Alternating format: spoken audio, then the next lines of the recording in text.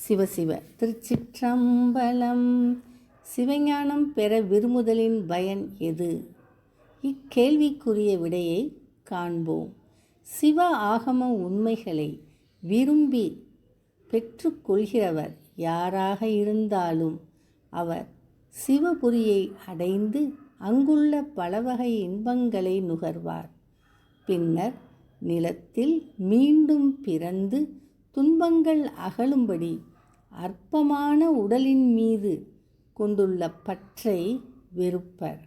தம் உயிருக்கு ஆதரவான சிவபிரானை தம் உள்விழியால் கண்டு மெய்யறிவுக்கு வித்தாக உள்ள சிவபிரான் திருவடி தாமரையில் பொருந்தி இருப்பார். இதனை சிவதர்மோத்தரம் என்னும் நூலில் 161வது பாடலில் தவத்திரு மறைஞான சம்பந்தர் அருளியுள்ளார். இனி பாடலை காண்போம்.